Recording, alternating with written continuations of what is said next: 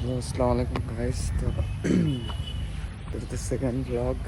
শরম লাগতেছে, যদিও আমি আছি এমন জায়গায় যেখানে এরকম কোনো মানুষ নেই, তাই এই জায়গায় আছে সোশ্যাল অ্যাংজাইটি, যেটা বলছিলাম আর আগের ভিডিওতে।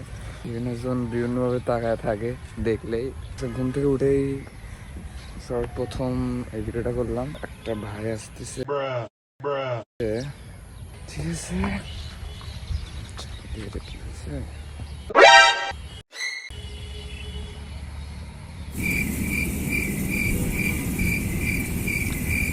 কোথায় যাবো? কনফিউজড, খুব কনফিউজড আমি। যাই হোক, প্রচুর শরম লাগতেছে ভাই, বিশ্বাস করেন।